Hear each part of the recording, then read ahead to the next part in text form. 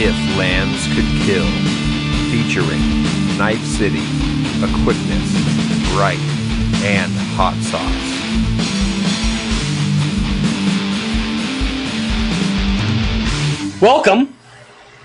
Welcome to If Lands Could Kill! Oh man, that worked out exactly as I hoped. That was pretty well. You had to point. That still worked out exactly as I hoped. we almost missed the cues. Yeah. You want to try it again? No, That was perfect. We're good. No. We're good. Fuck it. I even got the second welcome in there, so we're all good. Yeah, welcome to If Lands Could Kill. I am Knife City. And I'm Reich. And I'm Hot Sauce. And this is episode 14 of If Lands Could Kill. What's the date today? Today is September something. September 13th. September 13th. Probably a month since our last fucking podcast. Yeah, we've been a little out of action. We did have a podcast a couple weeks ago, but I haven't put it up yet because I'm a big fat jerk. And yeah. I forget. It's like lazy, I forget. Girlfriend's home, fucking dogs are barking. Crippling heroin addiction. yeah, exactly. All that stuff, man. I should use that as an excuse to dude, why didn't you put up the podcast? Oh, I relapsed. You're like, oh, dude, I'm so sorry to hear it. Yeah. Don't even worry about it. I'll get it. Oh, man. But no, this is going to be a good episode because we have a lot to talk about today. Because of cons. The wrath of cons. But we have a lot to talk about. We have con spoilers out in full force today. Peach. We have a new dog. We have a new dog to talk about. New dog going to be on the podcast. 4 pounds, 14 ounces of the cutest shit you'll ever see. She weighs more now than I did when I was born.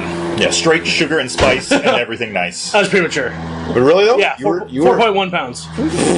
Yeah, I was a teeny guy. I'm making up for it now. Damn, son. Oh my god. Dude, we could fit like fucking 50 of you in you now. Easily. Easily. All right. Anyways, Okay. That easel is very easily. We got a lot to talk about, so let's just go ahead and get this shit out of the way now. What the fuck is up, guys?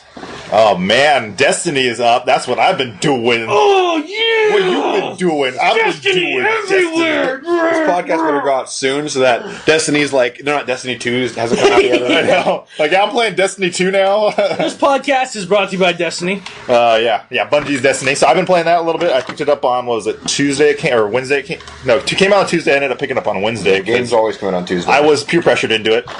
Also, Yeah, you were. Because everyone else is getting it, so I thought I might as well jump off that bridge too. And I do not regret it. You want to be a cool kid? I don't regret it because it is a lot of fun, and it is definitely like Halo meets Borderlands, which is not a bad combination at all. Yeah, it's like every game in one. But pretty beautiful. Yeah, that's what I've been up to. Oh yeah. So how's the Xbox One version? I know it's got to be amazingly gorgeous, right? Oh, dude, it's beautiful. The 360 looks good, really good. So I was thinking, man, these I bet the textures and resolution is so much better on the Xbox One or the PlayStation 4. On the Xbox One and PlayStation 4, it blows the Xbox 360 out of the water. Sure. It's not. So when I was watching you play the beta at your house, it wasn't like it looked shitty, but I could tell the difference. That was the first time, I could actually be like, oh wow, I could actually tell the difference. Oh, yeah. Besides Super Nintendo to 64, But I didn't think there was going to be that much of a difference, but there was noticeable difference. But even that's only 5%. There's 10%. a couple cutscenes though in the 360 that they use in-game engine, you know what I mean, for the cutscenes, and you could tell the hair and some of the facial features were just kind of last gen meh, and I bet on the new consoles that it will look fucking fresh. Oh yeah, I'm sure that's really nice. Overall, though, the environments do not look dated whatsoever, but they're just little things like the grass, the whatever, the trees, the background mountains. You know what I mean? Shit like that. It doesn't look quite as good. Yeah, I don't think it runs any anti-aliasing, and I think it runs at 720p texture or something like that. But anyways. But yeah, it definitely, I don't think they could make it look as good as they wanted to on the Xbox 360 otherwise they'd sacrifice too much frames per second, and they want to lock it at like what 30 or what 60 frames They're per doing second. 60. That's doing 60. So they can't. They have to make sacrifices on the older hardware. But I mean, it's fucking great. It plays awesome, smooth as balls. Yeah, there's no significant downside. Like I would, if I had a 360, I would not be upset for just getting it for the 360. Oh no. You're so nice to us. I know. What is it? Give me that little Second generator. Give me that little pecker. Suck on it, bro. But no, I've been playing that. I haven't played it enough. I want to play more. I'm trying to catch up with Hot Sauce and our buddy Rahizul Mihar. Mihar. You got it too? What's that? Yeah, Raheem he got got it yesterday. Nice. But the thing is, when I wasn't home, I would give him his disc. Give him his disc. I'd give him my disc. He'd play it on his console under his name, and so he would be able to just catch up and just stop at the mission that I was at. Oh, okay. He would like basically watch me play it, and he would play it, and so now we're both at level 11. Okay, nice. Level 11. 11. Level 11. Yeah. Yeah. So I'm only at 8, but I'll be there soon. Me too, buddy. Me too. I only got it 2 days ago though, so. Yeah. Same. But yeah, it's awesome. No qualms. It's definitely all around. It's like, I wouldn't say it's like the greatest game ever, but I would say it's very well rounded. Dude, it's getting bad reviews. Really? Believe that shit? I Why? wouldn't say that Because of repetitive. Oh, maybe I haven't played enough to know. Who cares? Fuck the reviews. I don't care. Yeah, I mean, yeah. this game is a 9.5. This game is amazing. 4.5 out of 5 stars, sir. I think it's fantastic, but people are giving it a lot of shit. Some people are giving it like 60s. Like, reputable people are giving it like 60 out of 100. I'm like, fuck you. Because, see, I wonder if those people have played, like World of Warcraft or Diablo or I know what it is. Because when you play those sort of games, and then you look at a game like Destiny, you're like, this isn't, like, repeatable. Yeah. You know, at least I haven't got to 20, you know, so I don't know what I have in store for me. But as of right now, you just kill shit like any other fucking game, except there's just this sweet fucking RPG style to it. But there's like so many random events you can like just walk. You can just roam the planet and just do whatever. Like I could spend 10 hours on the moon just jumping around, and there's all kind. You see like the beacons that you find. You guys have Yeah. You find little beacons. Goes up. Yeah, and then you can go like it'll say like, hey, just kill this type of enemy and collect what it drops, and shit like that. And they're little stuff, but it only gives you like a little payout, but. I could do that for like hours, and I have. And then while you're doing that, there'll be like a world event where they drop like a fucking spider tank. Yep. Yeah. The reviewers just lack one thing. They don't have the crippling addiction personality that we have. It is like that. If a game is addictive, it's already a good one in my book. Regardless of what faults it has, whatever. If you want to just like keep fucking playing it and never put it down, who cares about its faults? And I don't even know what the fucking faults are besides it being repetitive, but. I think honestly, you need to be like that kind of gamer where you're just like, I want that good loot, and I'm going to play like 10,000 hours of grinding this shit to get good loot. I think that's what you need to be. So it's like with Diablo, I never understood why people wanted the good loot, and they want the good loot just so they can get better loot. Yeah, play more. And it's not like there's even like this awesome PvP sort of thing on Diablo. No, it's like never happened. Yeah, but there is like coming out. Though, right? Like Destiny's, like you got PvP. Yeah, there's PvP and there's like I want to gear up for PvP. Better. I don't want to say like raids, but the higher end instances where you actually got to know your shit. Well, I heard there are raids. Basically, there are raids where you get more than three people together. You can have up to 6 in some of them. I think it's just later in the game. Okay. Yeah, I think like the real game starts like once you're at the max level or whatever it is. Like that's when you start like getting into like the more addictive. Like I want to get this gear and like do the these whole raiding things. Yeah, just like World of Warcraft. Yeah, exactly. It's fun to level. It's fun to explore and find shit. But then when you get to the end game, it's like you got to fight for that extra 10% of fucking awesomeness. Which is great. Yeah, which is great, but there's also PvP if you don't want to do that. There's an expansion coming out in December, I read.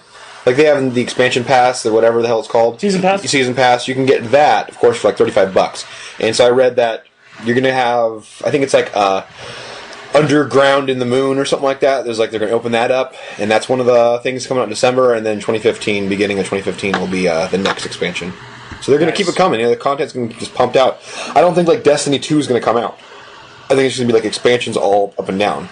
And it probably won't be even when they like want to revamp, the graphics and use a different engine or whatever happens in like 3 or 4 years, I don't think it'll be Destiny 2. I think it'll still be like the same world and you can still like work. You can still play against everybody in the world, like World of Warcraft style. You know what I mean? They just keep expanding it rather than like having a whole new standalone title. For it. And I'm totally okay with that. Like some people might not understand or be okay with the whole World of Warcraft where more expansions come out, you got to pay more money. Some people just want like a simple kind of pay once, pay once. Pay I once. understand that. That makes sense. But I like that too, though. Yeah, I like that, but I think in this instance, it would just neuter the game so much that, I want expand. I'm, like, excited for expansions. Oh, yeah, I'm excited. Fucking take my money. Like, just give me more shit.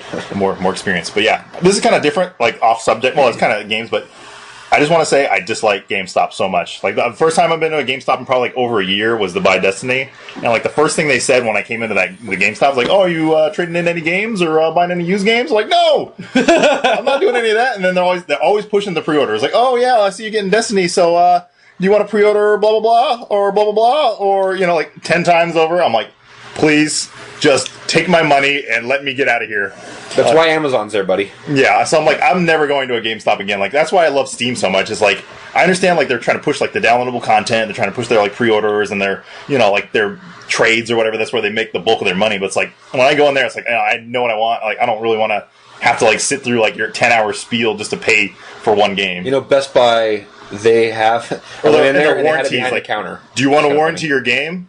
No. Like, why would I ever want to really warranty my game? Yeah, do you want a 1 year, like, scratch protection? Like, what am I... No, fucker, I take care of my shit. Am I playing Frisbee with my disc after I'm done? Like, what? I'm going to play this for, like, a month and I'm done. What am I going to do with it? It's going to stay in my Xbox for 3 months, Like, it's not coming out. But, so, to go back to what you were saying, past 2 times I've gone into GameStop, I walked in there saying, I just want to pre-order one game. And I walked out with, like, 3 or 4 fucking pre-orders. Yeah. Like, I went... Because they do it. Because they do it, and then I'm like, fuck, yes, I want to pre-order it, you dick. Like, it's how, like... So, this last time, when I went to go pre-order Destiny, I pre-ordered GTA 5, because they said it wasn't going to come out on the Xbox One. It was just going to be 360. That's all lies. No, yeah. Same thing with PC. Oh, it's not on the PC. Oh, it's course going to come out. And so I was like, okay, sweet, because I hadn't heard anything about it. So I was like, okay, sweet. And then he was like, oh, and also there's the Master Chief Collection. And I was like, fuck. Okay, you shut your mouth, and I'll pre-order that one too. But you just shut up after this. Okay, shut up. And he's like, okay. He's like, sweet, I just got it for 3 pre-orders. I was like, I bet they get like $1 kickback. Yeah, I think they got like some menial amount or something. And it's not like something they like tricked me into. Like, I definitely want those games. It's just like it's not like I needed the money to like buy my children shoes or something, But you have so many children. Whatever you do not get those fucking magic beans. goddammit. You sell that cow. But yeah, I was just like, yes, I want to pre-order it. Yes, I want to pre-order it. I'm getting out of here. So yeah, I kind of just glazed over when they started going like, you want to pre-order like Madden 9000? You want to pre-order new Call of Duty rehash number 5? Do you want to pre-order? Dude, when I went into Best Buy, they had them right behind the counter. Like I went up there and they had the front guy next to the sliding glass door or whatever. And so I just said like Destiny, and he goes, oh yeah, just go to the cashier. And then I went to the cashier and walked out. Like I had to go walk and any of that shit.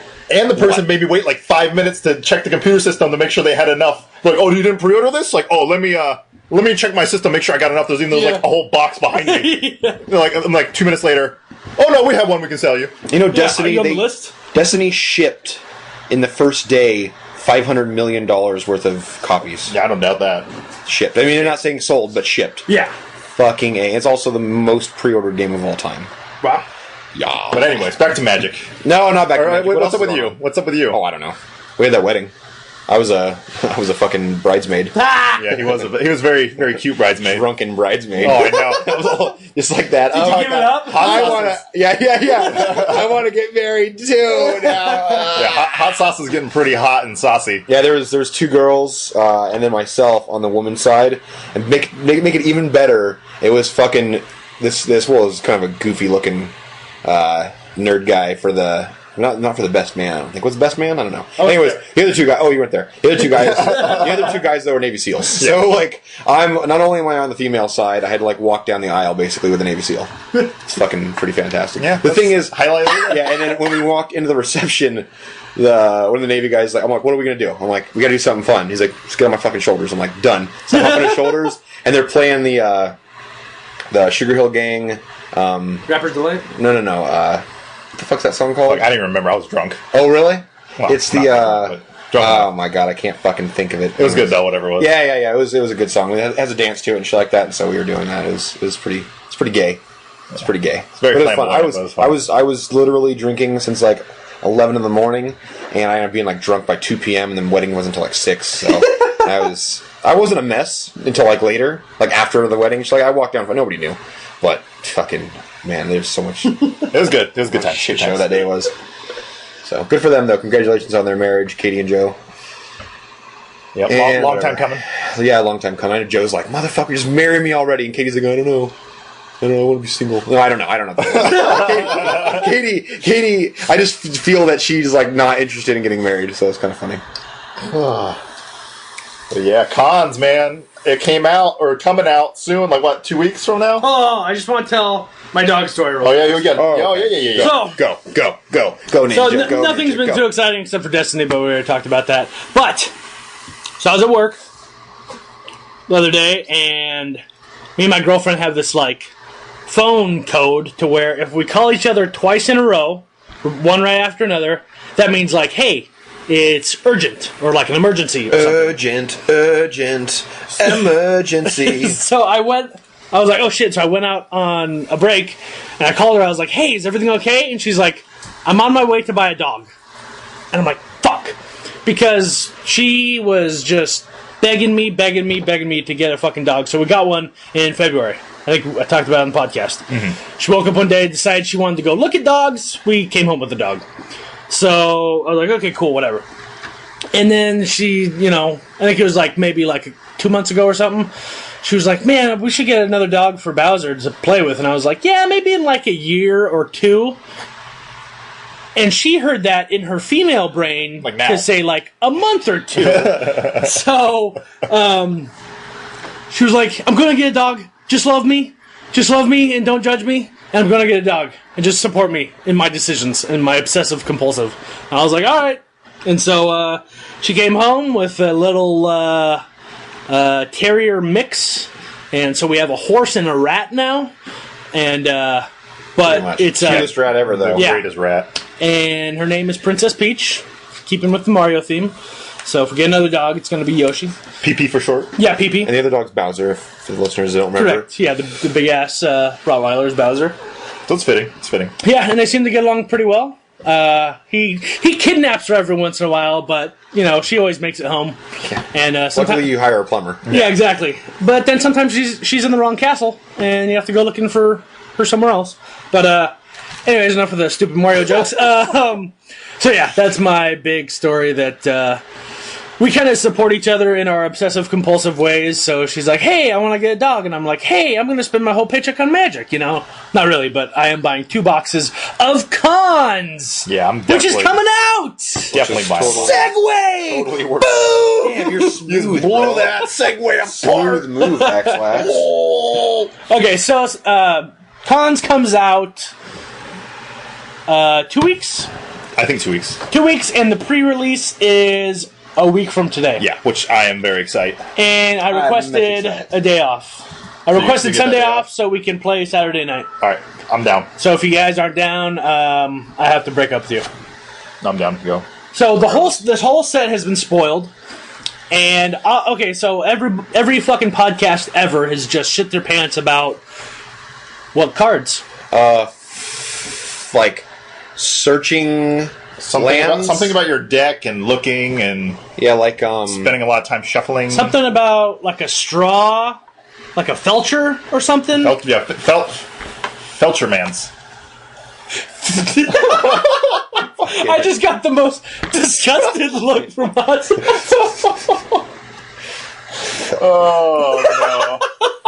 So fetch lands, Onslaught fetch lands, which were not previously legal in Modern. All of them? They just turned Or 18. wasn't it just a few of them? Or no? No, all of them that were out. So, was it 5? Yeah, there's 5. There's 5 that came out in Onslaught block. Yep, 5 in And Zendikar. then 5 in Zendikar. So the Zendikar ones With the ally.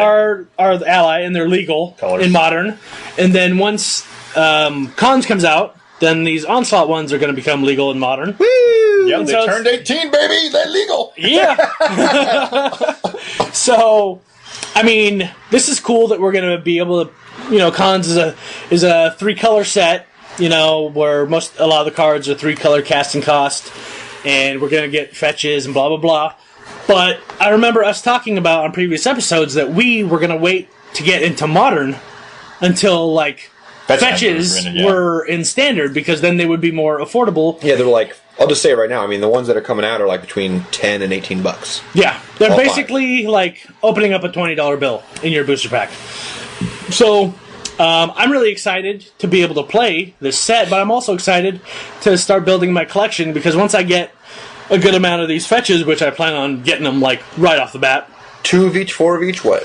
I'm just gonna get 4 of each just cause, but to tell you the truth, I am no Modern expert or even a novice. I'm just so clueless when it comes to Modern. No, you definitely want to play 4 of each. I mean, play 4 of the colors that you're going to be playing. Right. So because it thins your deck so nicely. So basically, So nice.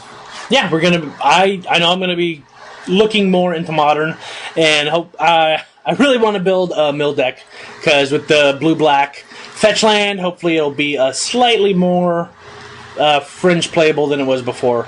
In Modern, right? In Modern, Modern correct. mill, okay. Yeah. But anyways, let's fucking talk about Cons. I was going to say, the fetch lands, I don't see them... The thing is, because we don't have any lands that have forest or plains or whatever in the title, it's not going to be Modern, Explosive, and Standard, you know what I mean? No. But, you know what I like, though, is Courser Crewfix with, you get to bring out a land and bring out another land, so it's 2 life. Yep. You have 2 coursers, now it's 4 life. It's just, that life advantage from Courser is a real big part of it, too. Not to be overlooked, and so now you get to get double. That's pretty cool. Besides thinning your deck, all that fun stuff. You know what I mean? It's real cool. So no. I know it's -1 life to go look, but it just offsets, and then it's fantastic. No, it's good interaction. But yeah, I don't think these are going to blow up in constructed Standard like it would be in Modern for sure. I mean, they're gonna blow up. Oh, just because people want them. Yeah, just because people want them for Modern. But I mean, people are gonna play them in Standard. But like Hot Sauce was saying, all we have are basic lands that actually have that can get fetched. And as of right now. And if fetch lands are already 2 colors, all you're searching is for 2 of those, one of those colors. It's basically like a fucking pain land. I mean, you only search 1 color. There's not you can't do the old school way where you have a 2-color fetch land and then you can find another color with it. You know what I mean? You can't get a 3rd color out of those 2, which you can in Modern. So this one you can't. Because it's bringing in Shockland. Yeah. Bringing in a Shockland, you know what I mean? So that's the way to do it. That's the ultimate way to do it. That's the ultimate flexibility, mana fixing, but, whatever. It's fine. I'm just interested to see what Modern decks start rising up now that their mana base is going to be even better. Jun's mana base wasn't that great. I don't think that great. Now they have, better lands, and some with, some other decks. Yeah, the red, black, green, black might start coming out of the woodworks now that their mana base is getting a little bit better. But we'll see. We'll see how it goes. Still Malera Pod for me all the way. But anyways, fucking Cons, man, I'm so excited to start playing Limited in this, because just looking at all the cards, there's so much mana fixing for Limited that you can just play whatever the fuck you want. It's gonna be fun, forcing something. I'm gonna go into a draft being all right, we're gonna go Mardu, and then that's it. You're gonna first pick a fucking a Mardu, the legendary dude, and then just force the shit out of it. Or I'll just fucking pick the goddamn 3-color land and shit, just force it. Yeah. Fuck it, dude. Whatever. So if you don't know what there's Cons introduced the actual the enemy colors or the wedge colors. So now there's going to be 5 new guilds or clans or whatever you want to call them. So we have Mardu, which is red, black, white. We have Sultai, which is black, green, blue. Black, green, blue. We have Jeskai, which is red, blue, white. We have Timur, which is my colors, of course. Green, blue, red. And then there's also, what's the last one? Abzan. Abzan, which is the white, black, green, right? Correct. So You those got are the, them all. I'm surprised. so Proud of those you. are the 5 new clans that are coming out with cons, which is awesome because we actually have like proper names for these tricolors now. And the clan cons are so cool. They're so cool. I mean, just to be able to have like new commander guys too. Like, Oh, yeah. that's gonna be big in commander. But one of the guys that I really fucking want to talk about first and foremost is the Bear Puncher. Hey, you Bear Puncher. Bear Puncher, do you need assistance? Yeah, so Surek Dragonclaw, which is a Teamer clan. He is the Khan of the Teamers, and he is a 5 converted mana cost, 6/6 human warrior. And I don't think there's ever been a human with a 6 toughness, 6 booty. And not only that, but he has flash and freaking gives all your other creatures trample, but Can't be countered. can't be countered. And All your other creatures can't be countered. The bomb. he punches bears. And he punches bears. That's how he earned his name. He's a human and a warrior, and you know what? This is like kind of like got a little bit of a warrior thub theme. Warrior thumb. Sub theme, and same thing with goblins. Like goblin. Yeah, it has definitely sub-theme looks like also. there's goblin and warrior Yeah, that's big. sub theme. I almost fucked it up because you fucked it up. It's a thumb seam. It's a flip theme. The old. Flub meme. But no, so I'm like super stoked about this guy, and there's a bunch of other teamer cards that we'll probably end up touching on, but this, like, I just feel like red, blue, green is just like screaming to me. Like, play me. So that's what you're That's my you're looking to build? My clan will be definitely teamer, without a doubt. Yeah, definitely like the red green, and it's just weird because you never played blue. I so- never touch blue, but for some reason I'm jiving the blue. You might not even play blue. You're just gonna have to play it for the wedge. I'm just gonna colors. splash blue. Oh yeah. You know what I Splash mean? blue. You're not even gonna play like just like a blue card. I'm not gonna be playing like Dispel or anything weird. Yeah, but I mean that clan is very based green red. Oh yeah, it's like I would say blue is more like an Yes. afterthought. Yes. for sure. But yeah, I'm so excited about the teamer clan. Also, Abzan looks really, really nice coming out. Just I like that Abzan hates on Sultai.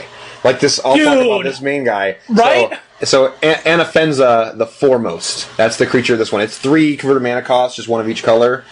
Legendary creature, human soldier, blah, blah, blah. It's 4/4. But the second ability is if a creature card would be put into an opponent's graveyard from anywhere, exile it instead. So it fucks up graveyard strategy Oh, man. all day Dude. long, So- including like... I heard you have Delve. Oh, sorry. Yeah, sorry. Oh, sorry. Dude, so like Sultai is the only clan that there's other cards that just fuck it in the ass. I totally just spit on you. I saw it. So Abzan just totally fucks it in the ass, and it's not like other clans have that like one other card, that fucks them. Right. But Sultai has 2. There's that one, and then another one that fucks up the graveyard, and that's just mean. It is, though. It is. But it's great, though, at the same time. No, so it's the other part of it is whenever this motherfucker attacks, put a 1/1 counter on another target tapped creature you control. So it's not going to be a big boost, like the 1/1 is fine, but there's a lot of interaction when things have counters. If your creatures do have a counter on it, a lot of cards give it, like, first strike or flying or whatever else. So the idea of the 1/1 is not a big deal, but the idea of it being a counter is a big deal. Right. So that's what you want to be in? Well, I mean, we're not really choosing, but- are we? Okay, no, yes, we're yes, not choosing, yes, but- absolutely. I think we had to choose. Absolutely, yeah. So no. think for we like have to fight and choose. pre-release, you're Yeah, going Abzan. Abzan? Yes. And you're going Timur? Oh, teamer. Timur! I'm going all the teamers. Timur. The lemur teamers. That's my Tamur. Tamor. I don't know. Yeah, I don't know how you pronounce Fuck it. knows, I don't care. Doesn't matter. So, I was really excited at first when they spoiled the Sultai. Like, just the theme of it was really cool. And then the cards started coming out. And I feel like it didn't get there all the way. Mm-hmm. Like, I feel like it's going to be powerful if you pull it off, but there's just a lot of ways where it can go wrong. Kind of like the whole, like, mill thing, So, What do you want to look at? I actually got it on my phone right here, but I'm looking at the Mardu. The And Mardu. The Mardu. I think that's what I'm going to do. The one card that actually 2 cards that made me want to go into it was the Ankle Shanker. Oh, yes. The ankle shanker. So, it's a little bit overcosted. 2 red, white, black for a 2/2. So, already... 5 for a 2/2. I mean, that Yeah, that's rough. That's where real you going? rough. Where are you going with this? sounds like some Nice alpha city. magic right there. Yeah. Haste, okay, a little bit better, but make it a up. 2/2 just running into some 5/5s. And it's 3 colors. I know it's rough. Go on. Whenever Ankle Shanker attacks, creatures you control gain first strike and death touch. The combo. That is, unless you have a removal spell for him, the team's going to be getting through. Or you're just going to chump away all your fucking creatures. And also, me in black, I love demons. Butcher of the Horde, 1 red, white, black, flying for a 5/4, like those stats. Sacrifice another creature. Butcher of the Horde gains your choice of Vigilance, Lifelink, or Haste until end of turn. And if you have 3 creatures you can sacrifice, you can activate all 3.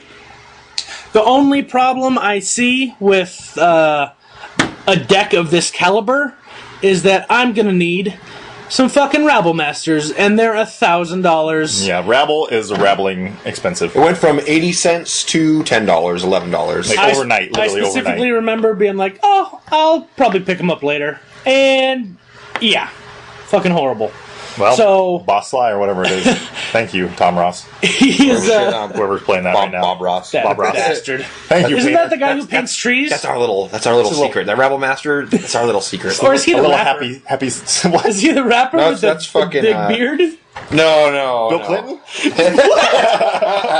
The funky Homo sapiens? Yeah. What the... Man, we just... So many references right there in my head's Yeah. gonna explode. What are we talking about again? I don't even know what we're doing. Where I are think we? I just had a stroke, dude. So, I feel like Rabble Master is gonna be a must-have if you're gonna try to pull off the raid I think mechanic. if you're playing any color that is like red that is not mid-ranged, you probably want a Rabble Master. Well, I mean, like, he's going to be good in any red deck, mostly. But, I mean, for the raid, he is a must. Because you're going to be... The goblins are going to be attacking every turn. Yeah, I heard someone say that he's like the Thassa of mono red, or of red, or whatever. yeah, I can see that.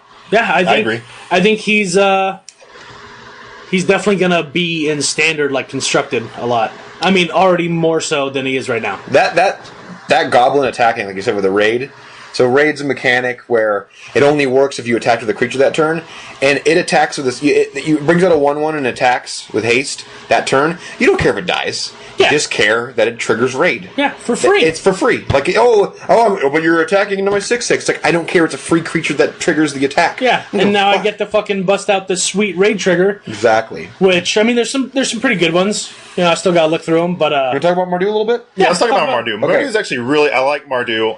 This was my second pick. It's if like I had to choose besides... If Teamer didn't exist, then I would have probably went for Mardu. it seems like a very simple clan with, like, simple mechanics, but it just seems efficient, Like, I like the efficient beaters. They got Yeah. efficient... All the cards are really, really, like... It has a very Boros-y feel to it, damn with like a splash of black. I like that one guy, the blood something or other, the 1-mana 2/1. Oh, What's that called? Blood soaked fucking Blood-Soaked Champion. Blood soaked champion. Oh. So he's a 2/1 For one. for 1 For a black. for a black, 1 black, and he cannot block, but it's With- 2/1 for 1, which is yeah. sweet. Already And then- good. It and doesn't- then- what's up? So, Raid, which is 1 in a black. Return Blood-Soaked Champion from your graveyard to the battlefield. Activate this ability only if you attack with a creature this turn. Fine. Yeah. Sacrifice your 1/1 goblin because it's gonna die anyway. So who gives a shit? Yeah. Bring back your 2/1 as many times as you want. And guess what? He's not going to be useless late game because of Ankle Shanker or, let's say, Iroas. There's Yeah. going to be ways for your guys to get through, so a 2/1 late game isn't going to be shit. I think Perforos is going to go up because of shit like this. First of all, the goblin brings out old dude, Yeah. and that makes it 2 damage to target opponent. Right. Then you bring that guy back, it's 2 damage target opponent. Yeah, So so I can you- just keep doing yeah. damage with Perforos. You can just attack in Yeah. with your guy, bring him back, whatever. Got unlimited reach. Unlimited reach. Unlimited. But yeah, I do enjoy that guy. There's another Mardu. The Khan is not the best. No, but he's really not. he's not the best Khan by any stretch of the means. But he's actually kind of I kind of like his mechanic where essentially he has to attack every turn. He has haste, and he's a 7/2 for what 5. Yeah, for 2 red, white, black. Yeah, sure, he can die easily, but whenever a creature is dealt combat damage by him, he pretty much gets a +1/+1 counter. So if you can get him out, and get him in to get the red zone and get through, this guy can get out of hand. Oh yeah, that paired with the Iroas god, the god. Yeah. So, he has haste, Attacks each turn if able. Has indestructible as long as it's your turn. It's kind of huge. And then whenever a creature dealt combat damage by this dude dies, put a 1/1 counter on him. This guy is going to be a limited bomb. Yeah, he's going to build up. Oh, yeah. Also, like you said, Iroas, so it's going to be a little bit harder to block. And there's shit to where you can actually, like, make people block your dude. So, I like it. I'm really excited about the charms. I like it. I'm glad they came out with the cycle of charms. So let's talk about the charms a little bit, I think. Well, you know what? Okay, let's do charms, and then we'll do the ascendancies after that. Okay. Yeah. So, Mardu charm. First of all, they changed everything, so it says choose one with bullet points. Instead of being, if you looked at the charms, the Boros charm and all that crap from before, from the They had like the Ravnica commas block, or whatever. they have commas, and you're like reading it, and then whenever you want to choose something, you have to pass the card to your opponent so they can read what you chose, basically. Because I know, It's like, not laid out like bam, bam, no, bam. it's not. playing And out. this one instead is, why did they not fucking do this from the get go? This shit is. No, I do like how it they looks so they much worded better it now. and they're all pretty powerful. I mean, really, the flexibility is here. Everything. So there's 3 abilities on each card, and each card is 3 colors. Each ability relates to its color. So if it's blue, for example, one of the ones was put target creature on top of its owner's library. That's a blue spell. That is You know what definitely blue. So a red spell deals 4 damage to target opponent. Duh. A white spell. Creatures you control get +1/+1 and gain lifelink till end of turn. All these things on each one of these cards, they pinpoint whatever color it is for ability. No, they did a very good job in these charms. Like they actually stuck to like the color wheel, like each color's ability on one card. So best charm. What do you guys think? I would definitely say probably Sultai. I think that's the most. I think flexible, Sultai, whatever. and then runner-up would be Abzan charm. I think maybe even the Abzan might take the number one, just to be able to. So the Abzan charm is a white, black, green, so it's 3 mana. You can choose one. It's exile target creature with power 3 or greater, Which is the only one you'd want to. Exile which is anyways. really nice. The second ability, or you can choose, is you draw 2 cards and you lose 2 life, which is just another read the bones, It's a Sign in Blood. sign in blood. And then the last one is distribute 2 1/1 counters among 1 or 2 creatures you control. So all of these are very good in pretty much any situation. Yes, Not and, only- and limited, of course. Yeah, well, and limited. But I mean, I think these are constructed playable. Just They are. Being able to just exile a target creature with 3 or greater power, that's huge. That's like pretty much Somal's Teamer, like all of Teamer. Being able to draw 2 cards is great to cycle. You need to find answers. Oh, here you go. Pay 2 life, get 2 more cards. Beautiful. Distribute 2 +1/+1 counters. That is very, very good for any situation. I feel like each one of those represents one of the colors in the casting cost. That's what we just said. Yeah. Oh. I just said it, so don't even go into it. Damn it! I explained it. I just went fully. outside yeah. to go get a lighter and I fucked Yeah, up. yeah, you did, yeah. No, it has been done. It has been decided. Like Mardu, I feel like the Teamer Charm is probably probably the weakest of all of them. It is nice just to have creatures get a boost. So then read the Teamer for me real quick. Yeah. Oh, you got it? Go for it. Target creature you control gets +1/+1 until end of turn. It fights target creature you don't control. So that's standard just another green fight. Whatever. That's fine. The blue is counter target spell unless its controller pays 3, which is fine. It's good. That's a decent counter. Yeah. Probably not so great late game, but I mean it is pretty good. Yeah, it'll stop a bomb from being dropped. Oh, yeah. If they're gonna fucking pay 5 for their bomb, they're probably not gonna have 8, so it's good. And then the last one is creatures with power 3 or less can't block this turn. Totally fine. Yeah, I mean it's serviceable. It's definitely a serviceable charm, but I think some of the other ones are a little bit better in Yeah, I terms of agree. power. I But I agree. mean, I definitely probably running maybe 2 of these charms in my Teamer deck just for the ability for removal. I think that it should be with all of us that when we start doing this clan stuff, that we should at least try the charms. Oh, You know yeah. what I mean, it's there for a reason. I think that it's constructed playable, and maybe later on you'll be like, "All right, no, I got a better answer. I need a different card." Fine, but I think for the first 3 months while this thing is out, I think this is something everyone should be playing the charms and seeing how fucking flexible they are. Yeah, I think they're super versatile. Like the Mardu one isn't horrible. Deals 4 damage to target creature. Yeah, pseudo removal. Put 2 1/1 white warrior creature tokens on the battlefield. They gain first strike until end of turn. Sweet though. I mean, So there's a lot of you can just flash it in and take out their 2/2 or whatever. Yep. And then target. This one is probably the weakest. It's just duress. So, upon reveal of his or her hand, you choose a non-creature, non-land card from it. That player discards that card. The first one, the first ability, doing 4 damage to target creature, that's huge. That's huge. Yeah, 4 is a magic number right now. 4 is very nice. So that's good. And then, I tell you the truth, I think the Sultai is the best one. Did you guys already go over that one? No, we talked said about it was the best one, but we said it was the best one, but we didn't talk about pretty it. much it's destroy target monocolored creature, so ultimate price. Destroy target artifact or enchantment. Naturalize. Draw 2 cards, then discard 2 cards. I don't know what card we can assimilate that to. That is, what is it? Some red. Wild Guess. Yeah, some red. It's Wild Guess. Is it red? Yeah. It is? Yeah. It's red. Fucking red is like, it's draw one of the a red- card, discard a card. I'm Yeah, the like, only no! red way to get cards. Technically, it's the blue portion, but whatever. Whatever. Oh, it's like the new Planeswalker. Chase. Oh, yeah. Guild Pact. Yeah. Kind of like that. So, I mean, yeah, not too bad. I think it's really good, though. You got your card draw, and your destroy effect, so I like it. So charms are looking good. And you said that Reich liked the Sultai one best? Yeah, might probably be Sultai, followed up by Azban, and then probably Mardu, probably Temur, and then Jeskai would be my last. Jeskai. I mean, Jeskai's good. I don't not Poor like Jeskai, Jeskai. but I'm just putting Temur above it just because I'd probably play Temur. I think often. you're right in that order, basically. I think that maybe Mardu and Abzan are both tied, because I do like the 2 1/1s. I think that's pretty sweet. And it's removal. In limited, why not? More I'd probably removal. choose 4 one of damage to these. creature, why not? Any of these are fine in limited. Oh, yeah, these What are about you? definitely... Knife, what's your order?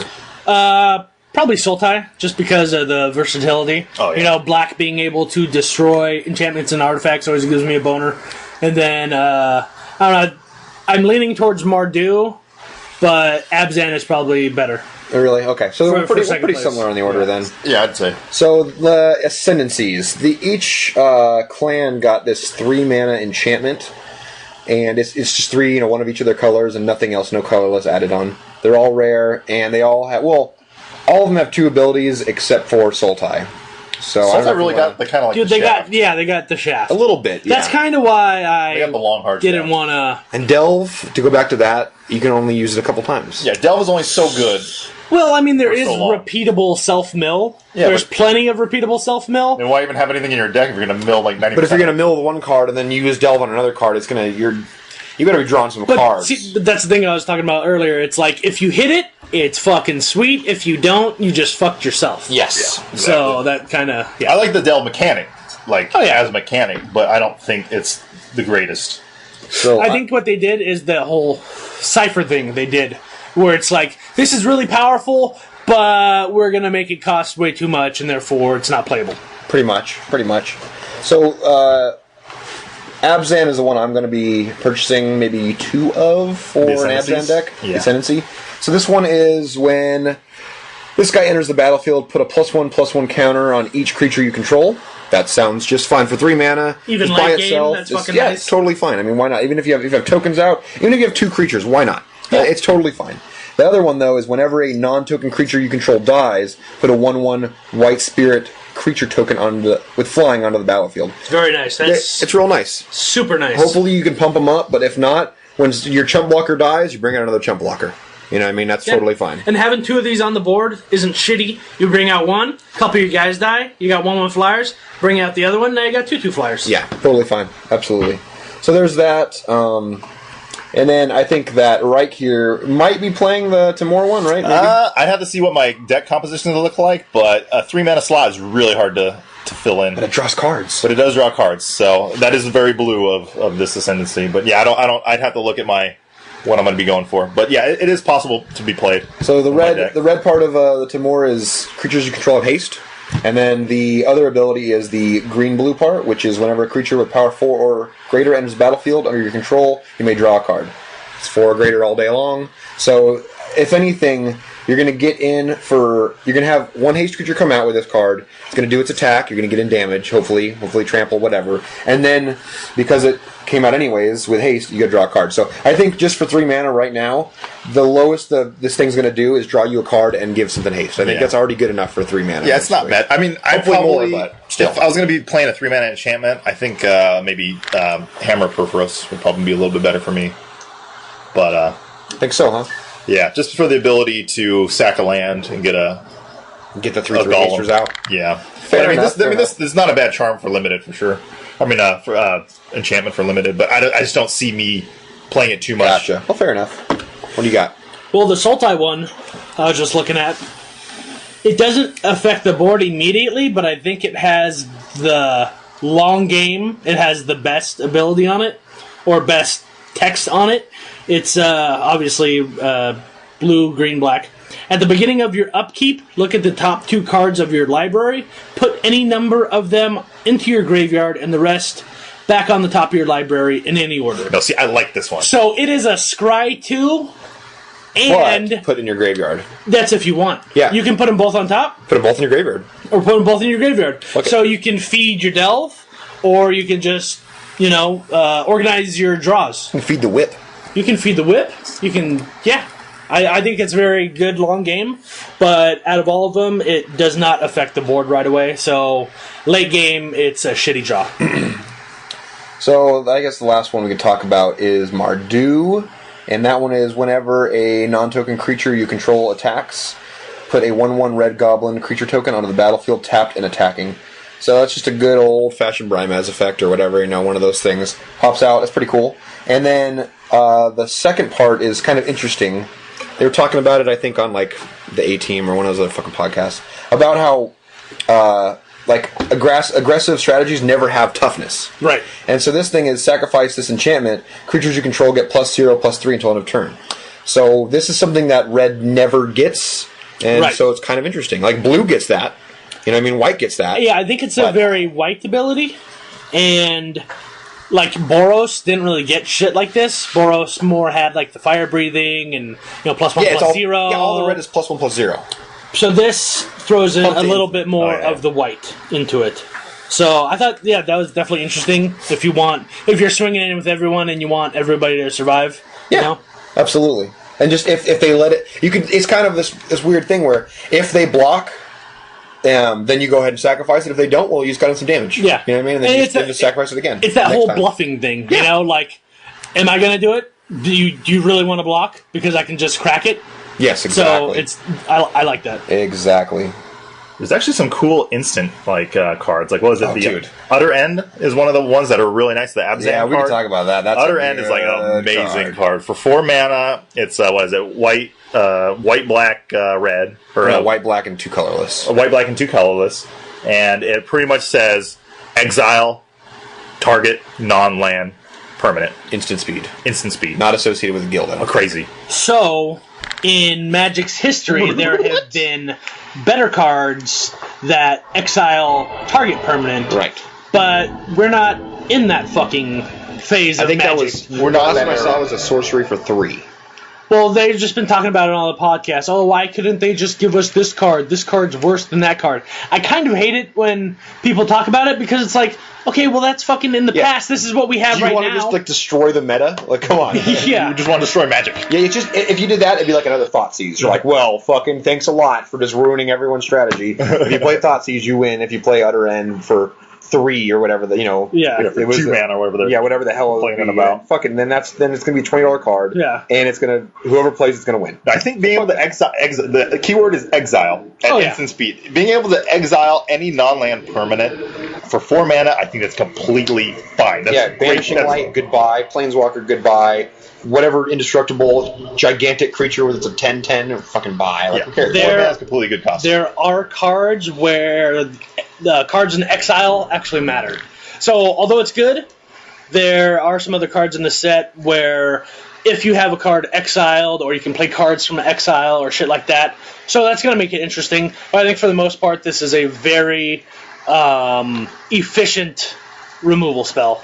So And there's no Doomblades. No Doomblades. no Thank Doomblades. God. So there's Still this does one Doomblade. card that it makes me, when I read it, I'm like, God damn, but I'm not going to play these colors. The Flying Crane technique, the hidden flower, The flying dragon. The fucking- Wurtang clan? Yeah. Exactly. So it's a bunch of fucking monks kicking up in the air and dancing and having their fucking, I don't even know, they're just being Shaolin. Silly Shaolin monks. soccer. yeah, silly Jedi ninja monks. Anyways, it's an instant for 6, 3 colorless, and then 3 of their colors. The What class is this? This is a Jeskai. Jeskai. America. Okay, here we go. Ready? Untap all creatures you control. They gain flying and double strike until end of turn. Flying and double strike. And that's for 6? But if you get to 6, you win. Like, in a sense. If you have a semi-decent board presence, everything gets flying and double strike. Isn't that what Johnny That's crazy, but it's only for 1. Oh, okay. That's fine for 1, because that was like the reason you play a Johnny, the +1 counter, whatever. Yeah. You play it to have a finishing move. This is another finishing move. I just think it's just, if you need to, you can use it even if you don't win, okay? It gives them all vigilance. It untaps them after the attack. So after you attack, you untap them, fly in, and double strike, and if they block, you're probably going to kill their shit. And then you have blockers. Like, it's just, if you're not going to win that turn, you're going to have blockers for next turn, and you're probably going to win the next turn. Or if you just attack in, and they don't block, and then they go to attack for the kill, you just bust this out, their whole team dies, Exactly. you win on the next one. And then you win the next one. It's fucking fantastic. I don't know how great it's going to be. I think this format is going to be really slow because of all the mana fixing. They're making it be slow, which I love, actually. Yeah, all the shuffling that's going to be going on is going to take forever. I suck at shuffling. I prefer longer turn games, but I don't know if that's actually going to be a thing. It's only like 20 cents right now. Or 40 cents. But it reads amazing. Yeah, it reads amazing, but the mana is just a little much. It's sitting in your hand. If it was for 1 mana, then I'd get behind it, right? Dude, and then if it was 1 mana, and then they just like counter one colorless mana, and then one of the charms counters it, and you're like, fuck, okay. But yeah, that's actually not that bad. But I mean, just that fucking utter end. I'm like, got an utter boner. Yeah, utter end. Stroking my udders right now. I know. Someone's got like a Photoshop a cow onto that picture, man. You want to talk about shitty cards? Let's talk about shitty cards. Outlast. Outlast. All right. Outlast is an ability that's only done as a sorcery. You pay the Outlast cost, which is between like 1 and 3 or whatever. Tap the creature also. Put a 1/1 counter on this creature. That's it. You have to pay mana as a sorcery and tap it, so it can't attack, can't block, just to put a counter on it. What? I know that in the mechanic it's going for is like the counter means more than just a counter. It like triggers other abilities. But who fucking cares? Like, you can't. If it was instant speed, okay. Now we're getting somewhere. Maybe we can trick someone and like give something first strike before they do it or whatever. Counters to like everybody. Yeah, but this is that'd be too broken. That'd be too broken. It's pretty bad. Well, that's like me and Morph though. Like Morph, I kind of enjoy. Like, there's maybe one Morph card that I might like. But other than that, I don't really see myself playing Morph. What's the What's the black one? It's -2/-2 scry one. What is that one? Oh, I don't even know. The sorcery in speed. This set? No. The one from like Born of the Gods or Theros or whatever. Drown in Sorrow. Drown in Sorrow. Yeah, I mean, Drown in Sorrow. Just play something that's 3 toughness or higher, and anyone that has a Morph strategy, just keep one of those in your sideboard and be like, there you go, take it out, see you later. Dude, I have 3 in my sideboard just for all the fucking aggro decks. Like, sure, aggro decks are like rampant right now in this little 3-month grace period, and they were starting to pick up speed before M15 came out. But like just the rabble decks, dude. Drown in Sorrow destroys All-Star now, yeah. Remember, I watched you play a game online, and you had 2 of them. And so this guy was playing the boss, fucking Sly or whatever it was. This guy was going, and he had a good ass hand. Yeah. Motherfucker was bringing out like 4 creatures on turn 3 or 5 creatures or whatever. He was attacking in, and the hasters would like swing in, but then when it came to your turn, you just wiped the board. Yeah. And then you wiped it again, and then you had like another spell for his last creature, and he just conceded. Yeah. He didn't even like. You didn't even. He was at 20. Yeah. And you didn't even attack him. Yeah, I was at like 12. At 20. Yeah, I was at 12 or something, and he just conceded because he had like no more. He was just going to top deck the rest of the game. And then you're going to bring in a Planeswalker, and he can't do anything about it. Yeah, it's a done deal. It was just really funny because like those decks are very lethal, but if you have like one consistent answer for them, they're done. So you know what? Let me mention something. Okay, so let's go through the mechanics if you guys don't mind. Yeah, we got mechanics for each one. So we talked about Outlast.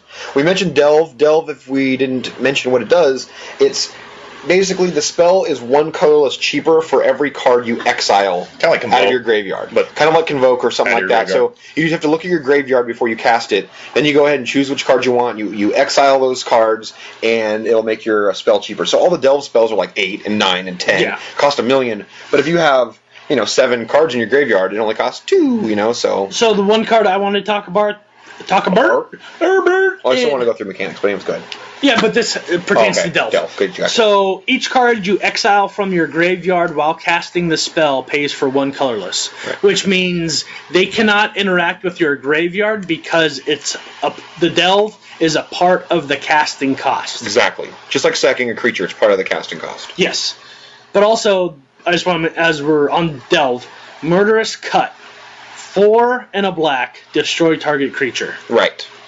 Easily you could pay 1 black and destroy target creature. Yes, you could. That is very powerful. It is. And 4 creatures out of your graveyard's not that big a deal. And it's not creatures, it's just cards. Or 4 cards, I mean, I'm sorry. So there's lots of ways to get cards in your graveyard.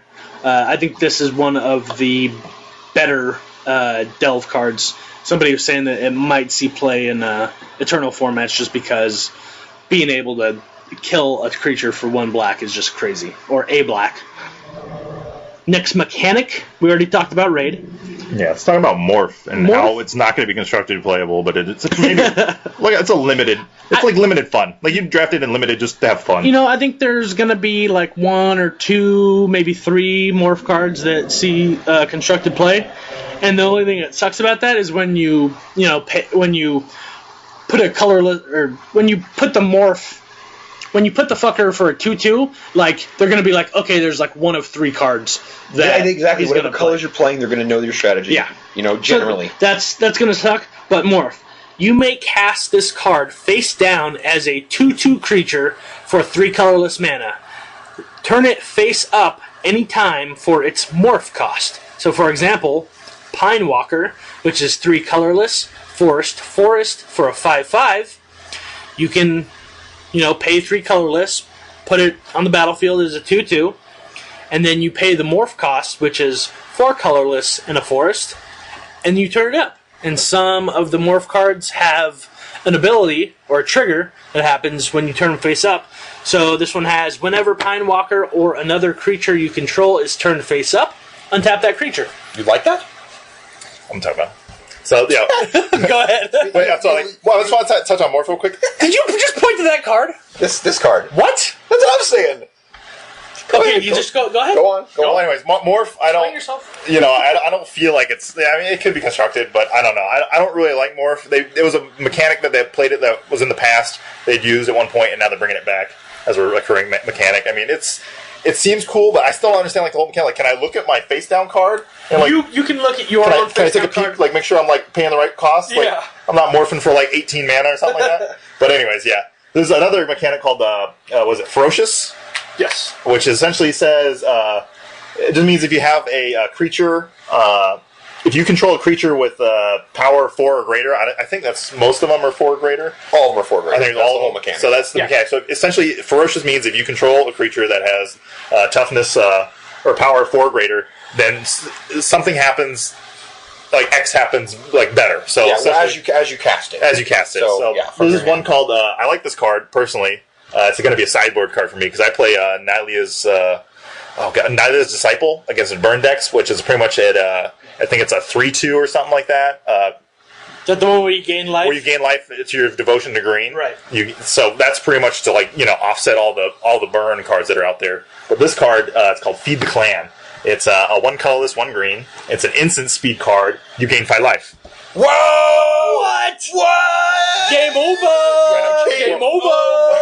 Well, I know the 5 line right. That's so good. That's so. Oh wait, I still have this 5/5 demon over on my side. Oh yeah, you're gonna die next turn anyways. So yeah, I don't really, life gain is what they call a newbie mechanic or a newbie. I don't know. It's something that new players I can gain life. I love life. You gain more life. And then in reality, it's not that great. Yeah, it delays your turn. Yeah, I mean, it doesn't change, if you're losing, it's not going to change you from losing. It's like a fog effect almost. You didn't die this turn, good. But next turn you will. Yeah, it doesn't do anything. It does help against burn decks. It does help. This is the whole main reason I'm bringing this up, is if the burn's a big thing, or crazy aggro decks, or a big thing where they get you down super low and then they just finish you off with 1 or 2 burn spells, this may come in handy. And that makes sense. So, Feed the Clan is 2 mana. It says you gain 5 life. That's it. But it has the Ferocious ability. So if you control, you gain 10 life instead of 5 life if you control a creature with power 4 or greater. So not only you get 10 life for 2 mana, that's kind of a big deal. Against burn, that's kind of a big deal. Against those aggro decks, especially in a mid-range deck where you're looking to stabilize. Well, I mean that's the whole reason why you bring this Nylea's Disciple in your sideboard. This is not a main deck card. This is a card you put in your sideboard. Maybe I think I need a couple more minutes of explaining. Well, 10. I mean, come on. Let's see. How much mana does a burn player have to spend to do 10 damage? No, that makes more sense. When you talk that kind of knowledge, then we're talking that kind of way, fine. But there's not a lot of burn anymore. It might come back. I'm just saying. Yeah, I get it. Burn's not like that huge, but I think the Disciple's better because it can attack them afterwards. it's a body that can. It block. is a body, but I like this if as instead of maybe like a 1-of or a 2-of just to have to offset. If you know what, I'll shake your hand if you beat me. If you beat me with that card, I'll be like, oh shit. Because essentially you just want to stabilize. On like a mid-range deck, especially against burn, you want to stabilize. You already have the fatties. You have the fatties, you just don't have time and you don't have the life. But it takes a spot though. It's a Sylvan Caryatid spot right there. Yeah, but usually a fight usually out of like a mid-range, like if you're fighting in burn, again, like if you're a mid-range deck and you're fighting burn, you're pretty much bringing out like probably like maybe a Lucranos. Taking out your top end. Yeah, you're taking out like maybe the Storm Breast that aren't, they're 5 mana. That's not going to do too much. Well, I mean, you know what Feed the Clan is good for? If your table's kind of wobbly, you can like fold it up and put it underneath. Is it uncommon? No, it's a common. It's a common. That's a good common card. All right. We get it. Yeah, Good common. We have to tease you. Take it easy. I like it. I'm getting all ferocious about it. There's some other good. I can tell he's all nervous right now. He's sweating, bro. You're sweating. Yeah, I'm like swampy right now from all this ridicule. But no, I personally like it for a sideboard. That card. makes sense for the burn. I like the ferocious mechanic. It does take away like 2 of their cards with 1 card because it's 2 burn spells for. But then again, you do have to have that 4 power creature out there to begin with to activate. Otherwise, it's just a dead card. It's nice because in response to they can burn you and kill your creature too. If they really feel that way, they're like, well, I have this burn spell in my hand. Now that when you play that on the stack, they're going to go and kill that creature that would activate that card. Yeah, activate that mechanic. You know what? That's pretty much what you do though when you're going up against burn and you do have a lot of top end. Like in my discard deck, I bring in the black. Deal 2 damage, target creature, gain 2 life. Mm-hmm. Just because that's what you need to kind of push you over the edge to beat or just get you out of that last 3 mana or 3 damage burn spell. Yeah. So what do you guys think about this? Hardening scales. Is that the last mechanic? Oh, okay. Oh, yes. Sorry. There's. We're giving so much shit, man. We talked about prowess. Yeah, So prowess. let's talk about whenever you prowess. cast a non-creature spell, we'll get to it later, though. Not really. It won't be ability. It is very blue. Whenever you cast a non-creature spell this turn, this creature gets +1/+1 until end of turn. So it just pumps up your stuff if you cast a non-creature spell. 1/1. It's just fine, but not game-winning. It's not like changing anything. It's not affecting other things. It's a very control mechanic. To where either you get like I don't know, you have a couple creatures out that are just pinging away, and then you use a counter spell or whatever. Or maybe I don't know, maybe in the burn deck? Fuck if I know. You do 2 burn spells, all of a sudden your guys have fucking 2/1/1 counters. Remember that one, the guy is modern playable? He's like the 1/4, but he gets +3/+0 for every time you cast a instant or sorcery. There's a burn deck that plays that guy. So then he's a 2 mana 1/4. Like I just said, every time you cast something. So then you burn your player for 3. No, it's okay. Burn your player for 3, and then you get to attack for 4, and or you burn them for 6 if you have 2 cards, and then you attack for 7. That's pretty good. I think it's going to be better than Outlast. I'm pretty sure it'll be better than Outlast. But I don't think it's particularly a mechanic I want to play with, though. Okay, so hardened scales, right? 1 mana enchantment. I like this card. If 1 or more +1/+1 counters would be placed on a creature you control, that many counters +1 are placed on it instead. You know what I like about this card? Is that it's rare. Because why? Because you don't want it to be anything. You want it to be rare? No, because I don't know why they would make this rare. Oh, you don't think it's good enough for rare? No, I don't think it's good. Oh, okay. It's taking up a rare slot. Gotcha. So this is my life gain then. Give me the ridicule. This is my time to defend my card. Like if Simic was more of a thing, then maybe this is better than Simic almost. Like this is not better than Simic, but I mean like it's Simic to the core. This Abzan is all about counters and like a Johnny Steadfast. he puts a +1 counter on all your creatures. Now he puts 2, and he puts a loyalty counter on your planeswalker. With that same ability. Yeah. So you use him. You all these guys, all the Outlast things now do 2, which Outlast is going to suck. But there's a lot of these things. Just like the main guy for Abzan, he puts. I'm going up way too far. He puts whenever he attacks, he puts +1 counter on target creature. Now he puts 2. Okay. Everything that he does, it's pumping your creatures for 2. No matter what you do. I mean, it is costed well. We don't have, like, the fucking Archangel of Thune anymore and shit like that, but still, there's a lot of shit. Even, like, the enchantment that comes out. When it comes out, it puts +1 counter on everything, now it puts 2. A Johnny's ability every time, like I said, everything is... Yeah, a Johnny's Pridemate. Yeah, brings out... Yeah, exactly. I guess it is 1 mana, life game. So, it's good. I think it's good. I think that card makes Prowess and Outlast a little bit better. Prowess don't work. It's not counter. It's just that's right. It makes Outlast a little bit better. So it's going to be a green, white, blue sort of thing, probably. It falls under the green, white, black. It falls under Soul. No. Abzan is what it falls under. That's what the clan part it is. So I just think that it falls into what it's supposed to be doing. Like all these cards in Abzan are all like, when it enters the battlefield, distribute 2 1/1 counters among creatures you control. So now you put 1 on each creature. Now it's 2. This vanilla creature. This uncommon creature now puts 4 counters on stuff. You know what I mean? It's pretty. Well, they were talking about it powerful. Might even be modern playable. I think it's modern playable too. Yeah. I would think so. For one, everyone that's what they're looking for. No, I say definitely yes for modern. I don't know. Just because there's I think it's mono green. I'm not sure. Don't quote me because I just know this information because other podcasts talk about it. But there's like a green machine deck or fucking something to where it might put mono green definitely on the map. It's the fucking experiment 1, and then you bring out something else, and then all of a sudden experiment 1 can regenerate. On the turn it's attacking. Right. That's kind of huge. So I don't know. Yeah. And we'll see how it plays out. But I mean, I personally, it's an interesting card.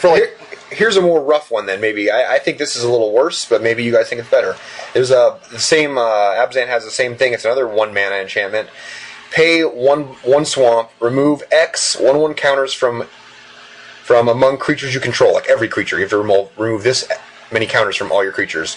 Target creature gets -X till end of turn. So it's a removal way. You boost up your counters, and then you remove all the counters to kill one thing. So you can pick and choose 2 counters from that guy, 1 counter from that guy, 5 counters from that guy. I mean, yes. Yeah, you can I'm sorry, it's not every creature. It's in that way, yeah. So it is. You get to do that, and that's kind of cool that you get to bump up and then pull it out. They did that a little bit in the Simic stuff, you know what I mean? So that's kind of cool, but I don't know. Maybe that's cool for I always thought that was Black's way of getting around indestructible, creatures. Mm-hmm. But we have Utter End, so it's kind of whatever, because we can just exile them instead. Yeah. Because indestructible. No against hexproof or anything like that. But so what do you guys think? Is that one meh? I like the green one better than that one. I like the green one better. Yeah, I don't really like that one. Speaking about probably not playable black cards, go on. Let's talk about the one to rule them all, and I'm stalling so I can find it. Empty the Pits. Which one's that one? I don't even know. I probably just glazed over that one. XX black. Oh, black. Oh, is this Delve though? Delve. Put X/2/2 black zombie creature tokens on the battlefield. Tapped. I know. With haste, you mean, right? Oh, no. They're tapped with haste. There was no way. Tapped with haste. So maybe because they... Tapped with haste, that'd be great. I would love that. There's pretty much this type of card in almost every set. Yeah, what was that? You can put a lot of them out. Army of the Damned or whatever they had before. Yeah, I think that one was even more obtainable. That was 13. More better. That was more better. Way more better. 13 2/2 zombies. Yeah. But, I don't know. I think, maybe in my zombie EDH deck. EDH for sure, right? Yeah. It has to be... There's just stupid things you can do to probably abuse it, But standard? Not standard. It would have to be the most control. Consulta is looking pretty control-y. You know what I mean? That's looking like a good control deck. But yeah, that's pretty rough though. You want to talk about good cards? Yeah. What about Planeswalkers? There's a blue card that's really good. Oh, it's 2 blue, 1 colorless, called Cancel. Yes. Counters target spell. It does its job, though. That is a really good card. Like that art, though. Oh, I know that. The new Cancel is like it's fucking amazing art. It's so good. Let's talk about some Teamer stuff, because that is what I'm all about. Boner. So there is a Nickelback Silverback card that's coming out. It is Best music ever. Yeah, they have the greatest music. Where the hell? What? I'm trying to find it here. It's all To the the way top, yeah, it's top. All the way to the Here. top. Right. Yeah, let's get me up there. But essentially, it's Teamer colors. So it's a 3 mana for a 4/4. So it's green, red, blue. It is a 4/4 body. But it's reminiscent of like Aetherling, kind of where it has just all these abilities you can activate for mana. So it has 3 separate mana abilities you can activate on it. The one that's most notable is you pay 1 red, and the Savage Knuckleblade gains haste until end of turn. So essentially, you can cast this guy for 4 mana and have a 4/4 haster, which is awesome. For How is that not playable? You know this would be like probably an automatic like 3 or 4 of in my deck. Just to having the ramp and being able to produce that amount of mana, and probably being able to get that 3 colored mana on turn 3 or 4 easily. I'm definitely playing 4 of these. But the other good ability on this is you can pay 2 colorless and a green, and Savage Knuckleblade gets +2/+2 until end of turn, and activate this. You can only activate this once a turn, so you can't just pump them up to infinity if you have that much mana. Well, you can do it. It's good that it's not only as a sorcery. Yeah, you can do it. Usually, it reads like that. So you can trade profitably, or block profitably, just by making this guy 6/6 for an additional 3 mana, which is really good. But what happens when they try to What? Doomblade? They want to Doomblade it? Yeah, Or what happens they, then? they want to just exile it or something like that? Utter-end that fucker. Well, What happens there's then? a third little ability attached on this guy. What? It's rather blue. It is Rather. It's rather blue. It's 2 colorless and a blue, so it's 3 mana, and you may return Savage Knuckleblade to its owner's hand. So you could put it back in your hand, like, oh, you're gonna utter-end my Savage Blade. I have 3 open mana. I'm just gonna go ahead and put that back in my hand, and then next turn I'm gonna pay him for 4 mana and haste him in there again. Yep. So he's the ultimate asshole. Whenever I get Nickelback, I always want to return it. Yeah, return that back. Do you take returns? Just take it. It's only 3 mana to return this thing. That's perfect. Get it out of here. This guy is like a bread and butter teamer. Like, he is everything you want him to be and more. And I love this card. Yeah, I'm going to marry it. I'm getting a divorce, and I'm going to marry this card. I'm a little upset that I can't play this guild because you're playing this guild. So yeah, that guy is like, when I saw that guy, I was like, yep, I love red green already, but this seals the deal. It solidifies my. And there's also another one, which is if you go down a little more, it's the Mystic, the Rune Claw, or what is it? Rattleclaw Mystic. It's a 1/2, but it also it's pretty much just like a better Elvish Mystic or whatever, it's not a Noble Hierarchs. Well, essentially, it taps for the colors that you want, the Teamer colors. So it's pretty much a 2 mana. It's 1 colorless, 1 green. It's a 2/1 body, and you can tap it for green, blue, or red. So I want to ask though, But it also has morph. Is this better than Caryatid? No. And it fills up your 2 mana spot. So would you play 3 Caryatids and 2 of these? No. So you're not going to play it then? I might not going to play it. I might play him if morph becomes good, because this guy has morph, so you can cast him if you pay the morph cost, which is 3 mana. You can play him as a 2/2 upside down, and then you pay his morph cost, which I think is an additional 2 to morph him. He not only does he flip back to a 2/1, but he also adds a green, blue, and red to your mana pool, and then you can tap him for another. So you're essentially getting 4 mana for paying 2 colorless. Yeah, really, you're getting 2 additional mana. You're paying 1 mana, right? You pay 3 to put him out. Yeah. And then you pay 2 to flip him. 2 to flip him. And then you get 3 when you flip him, and you can also tap him for 1. Yeah, so if you did that all in one step, then you'd lose a mana. Then you wouldn't do that. Yeah, you wouldn't. Unless you needed the mana fixing. Yeah. Because you wanted those colors, but you'd be paying essentially 5 for 4. I don't think you wouldn't flip them. You wouldn't flip them the same turn. You'd flip them the next turn. Yeah, not on the same turn, but I'm saying pretty much this guy, essentially in the end, so on turn after 3, all this shit happens, he costs 1 mana because he's giving you 4 back for all this flipping and putting him out as a 2/2. Yes, I guess, yes. He costs 1 mana, yeah. If he costs 5 then he gives 4, then yes, he costs 1. Yes. Yeah. But it's very slow and kind of janky. More importantly, though, in that turn, you only pay 2, and then you get 4 from it. And not only is it 4, you get to get all your mana fixing in, because when you want to flip them, you're going to have to pay for Tamir spell, which costs all different colors. Yeah, if you only have some fucking forests out because your opening hand wasn't so great, this guy can now bring out your Ascendancy or your fucking Bear Puncher dude or whatever. Yeah, my Bear Puncher or my Nickelback Claw, whatever. You need to stop saying that. I don't think it's I cringe every time. But no, I mean, this Nickelback Claw is definitely it's in the fucking record books. Nickelback Claw. But this guy's good. I mean, it's really Christmas landy though, because you can have those explosive turn 3s where you can get like cheat out like a Storm Breath or something weird. But I mean, it's just too situational. Dude, I would rather play But it is a good card. I would rather play the 2/1 for 2 for a colorless and a red. That when you sack them, you get it gives 2 colorless mana, and then if it's used for a creature, it gets haste. Oh, the Generator Servant. Generator Servant. Yeah, he's really nice because that gives haste, and you're already getting what this is giving you. You're not getting the mana fixing, but you're getting the same amount of mana. You're getting 2 mana, just like this one is. Yeah. So you're getting 2 mana that has haste. This is just 2 mana. But I do like this card. I'd rather just have Caryatid. I would rather have Caryatid. It just feels safer. You know what I mean? It has hexproof, and it can block the early stuff. Yeah, this can't. You can't block, and you can tap it. This feels like a little bit more janky, a little bit slower, but the payoff is greater. You know what I mean? Like it's more explosive payoff. Yeah, this is maybe like the bird for like 1 less. The Birds of Paradise. It's like that a little bit. Because the mana fixing is all your mana you're using anyway, so it's kind of like it's any color. It's kind of like the bird for 1 more without flying, which is not saying anything good about it, really. But at least it's there. It did all the colors you need. Oh, the Mantis? Yeah, that's another good card I like out of the set. It's a reprint. Is it? And it's, I didn't know that. In spirit, it's kind of like a reprint. It's not an actual reprint, but there is another card. Same text on it. There is another card that.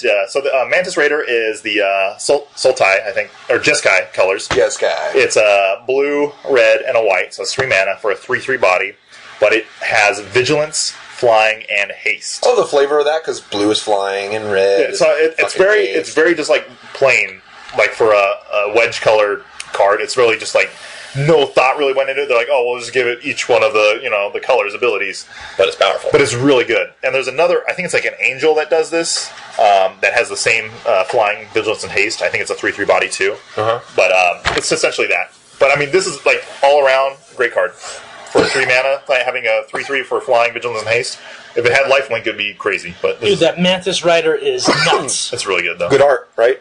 Good art. Yeah, if I was playing those colors, it's probably going to be a sweet foil. Yeah, I bet it will be a sweet foil. But so it's a good card. I mean, if I was playing the colors, yeah, I'd definitely be 3 of probably. Yeah, it's kind of one of those cards that's like, okay, it's not the best card in the world, but it's best in that slot. I think this guy limited, he's going to be a house. Oh yeah, dude. Sure house. Oh yeah, sure house. Who doesn't want flyers in limited anyways? And vigilance, vigilance and flying. That's like cream of the crop. Yeah, that's pretty insane. So. I don't know. We pretty much touched a lot of the main ones, I think. I mean, there's a lot to go through. There is a ton of nice but a lot of it's shit, like this fucking... What about that one green creature that, like, when it attacks, you exile it, and then you bring it in next turn attacking? You remember that? Oh, that's... Like, what is going on That's one here? of those cards that they just got to print some bad cards, you know? Fill up some rare spots, dude. But That's I mean, like, you could just use it as a blocker. There's good commons. Blocker, I like the I mean, I was going through the commons when they released everything. I mean, it's really good limited. I mean, I'm looking forward to playing this limited as much as I can. And there's, you know what? Like I was saying before, the Sultai, they got some really good shit, but it just feels a little janky. But I'll mention the Villainous Wealth. It's a X black, green, blue for a sorcery. Target opponent exiles the top X cards of his or her library. You may cast any number of non-land cards with converted mana cost X or less from among them without paying their mana cost. So end game, like I was saying, the Sultai is looking very controlly. You have a shitload of mana, just fucking cast it. You get 7 of their cards, 5 of their cards, and you can just cast them whenever.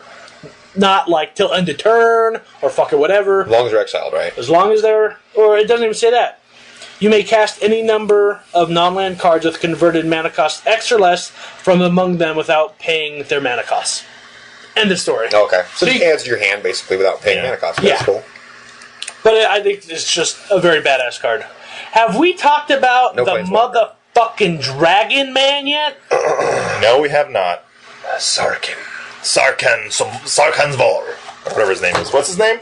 Sarkin. Vol? Is it? Yeah, something like that, right? Zol or Vol? I don't know. Doesn't Something matter. like that. But anyways, he's a badass planeswalker. So before we talk about him, the two planeswalkers that came out, their previous iterations were kind of like, meh, you know? Oh, yeah, Sorin. Sorin and Sarkin, they were just kind of like, meh, whatever. I mean, they're alright in certain situations, but I feel like Sarkin is the shit, and it's a much better iteration, and Sorin's alright. But let's talk about Sarkin. It's a +1 too. That's a fucking +1. Yeah? You know what I mean? That ability is a +1. How much does it cost? 5. Still though, 3 red. the question is, does this fill up the Stormbreath Dragon spot? If you're playing Stormbreath and you're playing this guy, Indestructible haste 4/4. I would probably cut 2 Stormbreaths for 2 of these guys. If I was going to be playing that. I concur. But if I'm playing a lot of white guys, like Abzan, I would keep my Stormbreaths. Pro White is just so good. It is, yeah, it is good. Yeah. But I mean, this gentleman is definitely a house to be reckoned with. And the monstrosity of Stormbreath, don't forget that. But this, I mean, for what he is, I just like planeswalkers that turn themselves into creatures. That's just, like, amazing. Like, what was it, Gideon? Gideon did that. I like Gideon. Read that motherfucker. Alright, so +1. Until end of turn, Sarkin, the Dragon Speaker, becomes a legendary 4/4 red dragon creature with flying, indestructible, and haste. He does not lose loyalty while he's not a planeswalker. -3. He deals 4 damage to target creature. That's good. -3 is a lot, but you know what? Let's -2 means you have to use it twice, and it'd be fucking 5 mana to do 4 damage twice. That's kind of beastly, so don't do that. Here's something interesting about these planeswalkers. Also, before we get to the ultimate, the ultimate's only 2 away. So they both of them start off as 4s for loyalty, and then both of their ultimates are at -6. So first turn it goes to 5, second turn goes to 6, third turn it goes to. You get to ultimate it if you want, if you care to. So the ultimate is you get an emblem with, at the beginning of your draw step, draw 2 additional cards, and at the beginning of your end step, discard your hand. So I would love to go up to 7, -6 them, and then keep this thing on the board. That would be really, really good. And then you can just go ahead and play all your super fast red shit, you know what I mean, from drawing those cards. And by the time you bring this thing out, anyways, you probably don't have much card fixing, card draw. So those 2 cards are probably all you need. You know it's like red doesn't care because it usually has low casting cost shit. Yeah, just draw 3, so it doesn't matter, spend it, and who cares? Yeah, it doesn't matter if you discard shit because you'll probably just be casting all of it. Yep. So I think it's good, but I don't feel like I'd want to go to his -6 right away. I think I'd want to keep him go to 7, and then -6, and then use him as a dragon after that. I feel like, depending on how the game's going. I think the indestructible dragon, and just the fact that your opponent is going to want to attack the shit out of him and ignore you for a couple turns, the planeswalker equity, as some people call it, that's just invaluable. Like, you can play a shitty planeswalker. Like, I would play fucking the shitty Liliana from, like, M14. And people would attack it just because it's like, oh no, a planeswalker, I don't want her to do crazy shit. Mm-hmm. And it's like, sweet, don't attack me for 2 turns and fucking try and kill her. That's awesome. And you still get to use the ability once or twice. And this is actually good planeswalker, so you get fucking both sides. Yep. If this guy was printed, like, last set, or, like, you know, in Dragon's Maze, oh, like, not Dragon's Maze, but, We don't say those words. I'm sorry. I even uttered Dragon's Maze is no dragon. That's weird. But if, like, that card was printed in Theros, like, I would have been, like, 4 of for sure, because just the indestructibility against, like, all the mono black and stuff like that, and all the Supreme Verdicts out there. But now, since, like, a lot of that good stuff's going away, like, I'd still rather have Stormbreath. So, lastly, Sorin, Solemn Visitor. +1. Until end of turn, creatures you control get +1/+0 and gain lifelink. Read that again, good sir. Until end of turn, creatures you... What? Try one more time. Until end of turn. Until your next turn. Thank you. Yes, you're right. Which is a big difference. It is a big difference. You're right. I'm sorry. Until your next turn. You just get used to reading it one way. Yeah, I know. So that's the +1, which is sweet. -2, put a 2/2 black vampire creature with flying onto the battlefield token. -6, you get an emblem with, at the beginning of each opponent's upkeep, that player sacrifices a creature, which is fine. But, you know, with a lot of creatures out, it's kind of a creature set, so maybe it won't do crazy things, but maybe it will. You never know. I think there's going to be a lot of tokens, so it's not going to matter all that much to get his emblem. Yeah.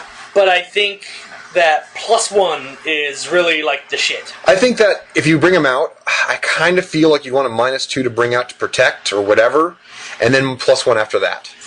Yeah, I mean, I don't know. That's kind of my thing. I think the ultimate on this card is sick, but I think that I'd rather just... It depends where the game's at, of course. And anytime I talk about anything like this, it depends where the game's at. But I kind of like the -2, and I think that then after that you can go ahead and start gaining your life back or whatever. Yeah, well, I think it's nice because if you're trying to win the race and you just play him and then +1 and then swing in with your guys, who cares if they attack him next turn? Like, you're not only are they attacking him, so your life total isn't getting affected, you just gain life. So it's like you're up on the race. Or if you need somebody to block, especially evasion, so you can -2, that's nice. And his ultimate it's alright. I like it because of the dick ultimate. It's like, you have to sacrifice a creature every turn. But also, like you guys were saying earlier, it's really easily attainable, the ultimate. It is. It's only 3 away, 2 away, however you want to see it. So it's not that overpowered, but just that you can get to it that much faster makes it a little bit more tantalizing. Yes, I like indeed. The Soren more than the last Soren. Fair enough. Absolutely. But that's a good card too. But it's not that much of a change from the last Soren, right? They just kind of like flipped a couple of the abilities, but people have been talking a lot of shit on Soren, and for some reason I really want to play him in my Mardu deck, which is probably counterintuitive, but I want to try it. Screw it. Whatever. So, I gotta get out of here pretty soon, so we can talk about these cards for the rest of the fucking night. Oh, there's so many. I mean, there's still more to talk about, but you guys got a good gist of what we're interested in. I know I'm going Abzan, and Mr. Knife's going Mardu, and then we got Mr. Timur or whatever over here. Lemur Teamers. Timur! So we're all going to pick our guild, and we're going to go into the pre-release and go fucking at it and see what happens.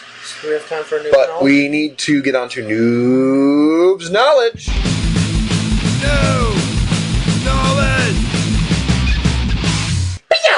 I do enjoy some Noob's Knowledge. What do we have for today on our topic of Noob's Knowledge? Okay, guys. Well,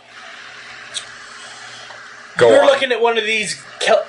Let's say anything at all. Let's say you're looking at one of these clans and you just don't know what to fucking make. Like, it's just very daunting to look at all these mechanics and what's going to work together and yada, yada, yada. So, maybe you want to go on the internet and look at what other people are doing, or maybe you just want to go look at what decks are winning the most and straight up copy them because... What if you just want to play that tier 1 deck? Exactly. Someone already figured it out, right? So what's going on here? Why waste your brain power? Because Smarty McFucking-Pants-Ington over there figured it out. So, let's talk about net decking. What is net decking? What is net decking? There's a net in there. Yeah, you're fishing, and you're picking up lobsters and throwing out crabs the in the net. And then you get those lobsters, and then those are your creatures while you play. And you put them in the deck. So net decking essentially is taking a pre-constructed deck list off the internet or from whatever source you go to, and constructing that deck pretty much. And usually, what net decking has it kind of generated a negative content. What the word I'm looking for? Negative connotation where people are kind of well, now everyone has access to the internet, and the metagames are able to be kind of deciphered and solved very quickly. Just from the vast amount of people that can put out their ideas and the different Before we had to wait for Nintendo Power. To we needed fucking our ideas of how to play. Or little strategy guides we had to buy the day we bought the game to actually figure out this stuff. But now that the internet is such a vast and awesome resource that a lot of people are able to kind of figure these things out really quickly. And so net decking essentially is just going to a site which I go to personally is mtggoldfish.com, which is one of the it's a kind of a price tracking as well as a deck tracking website where you can go and actually find what decks are playing on MTGO right now or Magic the Gathering Online, and it actually because Magic Online has events. The daily events that play every day and everything like that, and they take all that information from the daily events and they put it into kind of a metagame where you can see I want to see what the best standard decks right now are playing online, and you can actually see what the those decks winning did. decks Yeah. are. So you can see if they went 4-0 or 3 like 3-1 or whatever their win ratio was. So, like you were saying, there is a negative connotation for net decking. It's kind of like It takes the creativity out of the whole experience. Because that's some people like the creativity, and some people just like to win. That's where they find their fun. And who are we to say that they are wrong for doing it? I am. Yeah, some people just like Hot Sauce just likes throwing janky stuff together, making his own brews. Janky's the perfect word. Yeah, because sometimes it works, and then doing this crazy stuff, like trying to think out of the box. And some people just want to I want the end all be all best deck right now. What is it? But I don't think net decking is strictly just copy paste. I think there's different levels of it. So let's talk about the winning. Wrong with me. Let's talk about the winning net deck. So basically, like Reich was saying, there's websites out there that will tell you what decks came in the top 8 and what cards they had in their deck. Whether it's Magic Online or whether it's a PTQ or any sanctioned Wizard event. Behind Walmart. Yeah, exactly. In Mom's basement, So Mom's bedroom. I always been there. You wish you could top 8 her. Ooh. But yeah. So there's plenty of websites out there. I'll try and put the link in the show notes. I forget the actual website, but it's like Magic Top 8 or... Yeah, I think it's Magic Top 8. Magic Top 8 or something like that. MTG Top 8, I think. MTG Top 8, something like that. Better. And it will show you, along with the Magic Online events, it'll show you PTQs, it'll show you Grand Prix, Pro Tour... fucking whatever. It'll show you all the top 8 and all the deck lists. MTG Goldfish is another good place just to see, I'd say Goldfish is the best one if you're playing Magic Online, primarily. Because that's the meta it's different between, if you want to get competitive and you want to be, competitive in the, in Magic and the meta and everything like that, there's two different separate ones. There's the online meta, which is not vastly, but it is pretty different from the in-store meta. So if you're you want to play competitive online, you might see more cheaper red decks, those kind of things that are really up there. And if you go to in-store tournaments, you might see more of the control or whatever it is it happens to be. But yeah, definitely I just suggest Goldfish, MTG Goldfish, if you're strictly looking for net decks for online. You can see what I do. I use TCGplayer.com. Mm-hmm. Where we buy our cards from, they have a standard, they have whatever, but standard deck database, metagame, metgame decks based on top 8 frequency. It shows Mono Black Devotion has hit the top 8 76 times, Mono Blue 62 times, and then you click on the link and it'll bring up what was most recent, and then you can click on that, and then you'll see what their deck was. And so that's what I use. I understand the other ones are probably better, but I get everything I need from right here. So and also what you can do is follow pro players on Twitter or Facebook, because they're always posting deck lists or new stuff they came up with that are the fucking tits. Tits. But I mean, let's say you just don't know what to build. You can just take one of these decks, fucking buy it or build it or whatever, and then you can tweak it as you see fit, or you can just,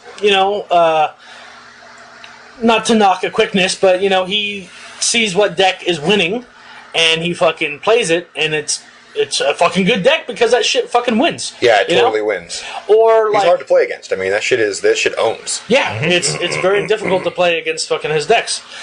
What I like to do is, I'm more on the brewing side, and I don't know if it's the punk rocker in me, but I don't like to, what's in the top 8? You don't want to conform to the top 8? Yeah, I don't want to conform to the top 8. Yeah, fucking Charging Badger, please, thank you very much.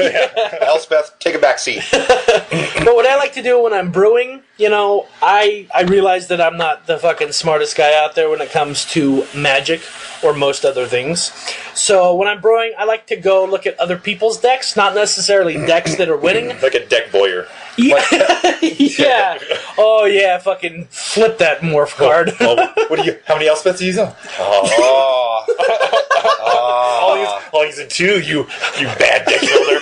Oh, was that Foil Island? Oh yeah. You dirty girl. Sorry. So what I like to use, I like to take a little peek. I like to just take a little peek.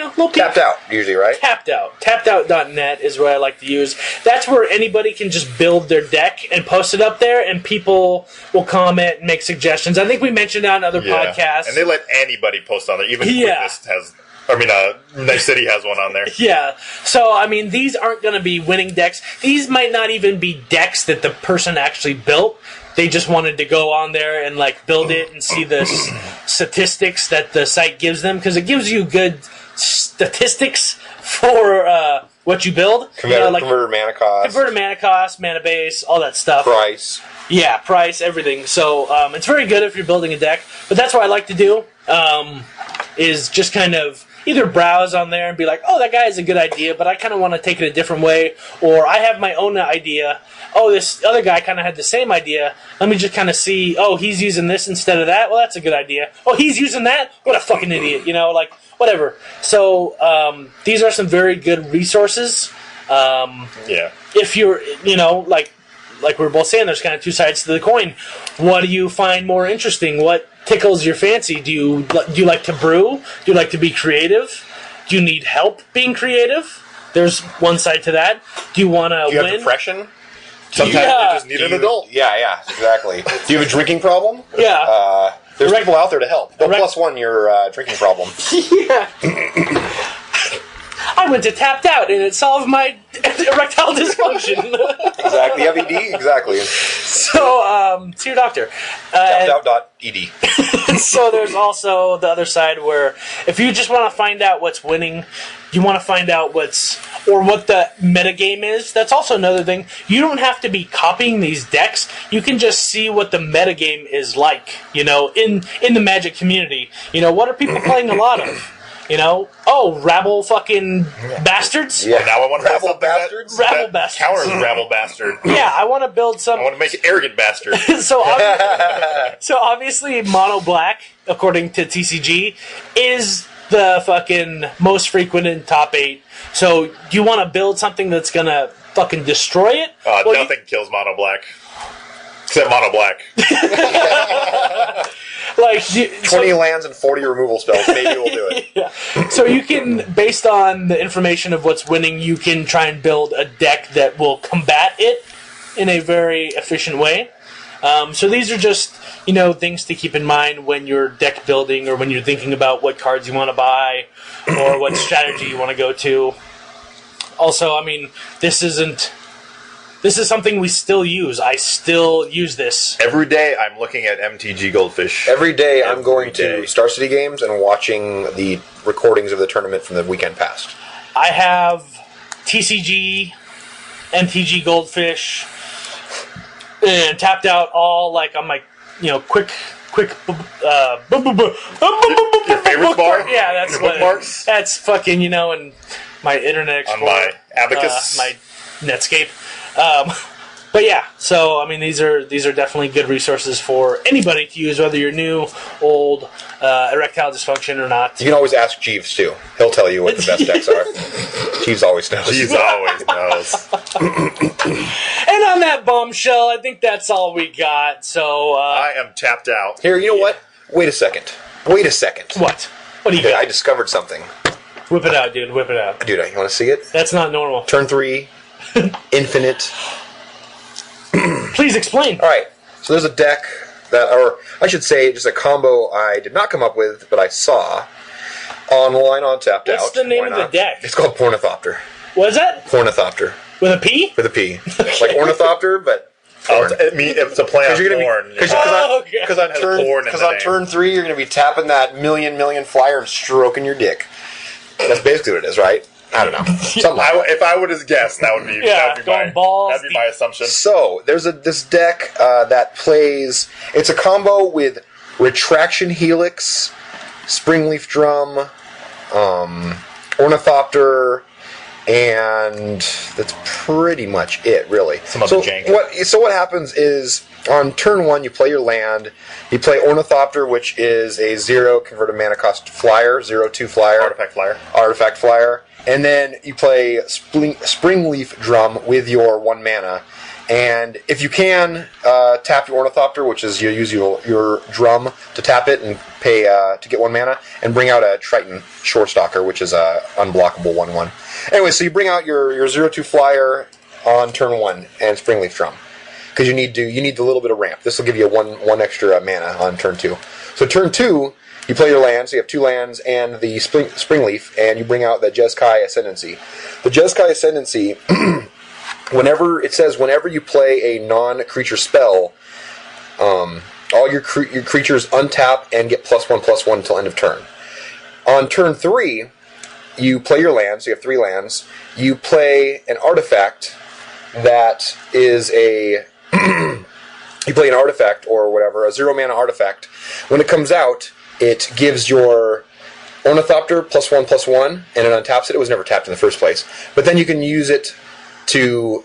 You can tap Springleaf Drum and tap Ornithopter or whatever, and...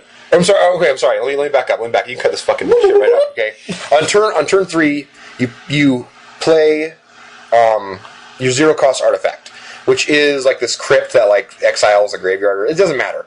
Fucking M15 has a 0-costed artifact. Tormod's Crypt. Yeah, Tormod's Crypt. So you play that guy. So now you have this 0 thing set on the battlefield, right?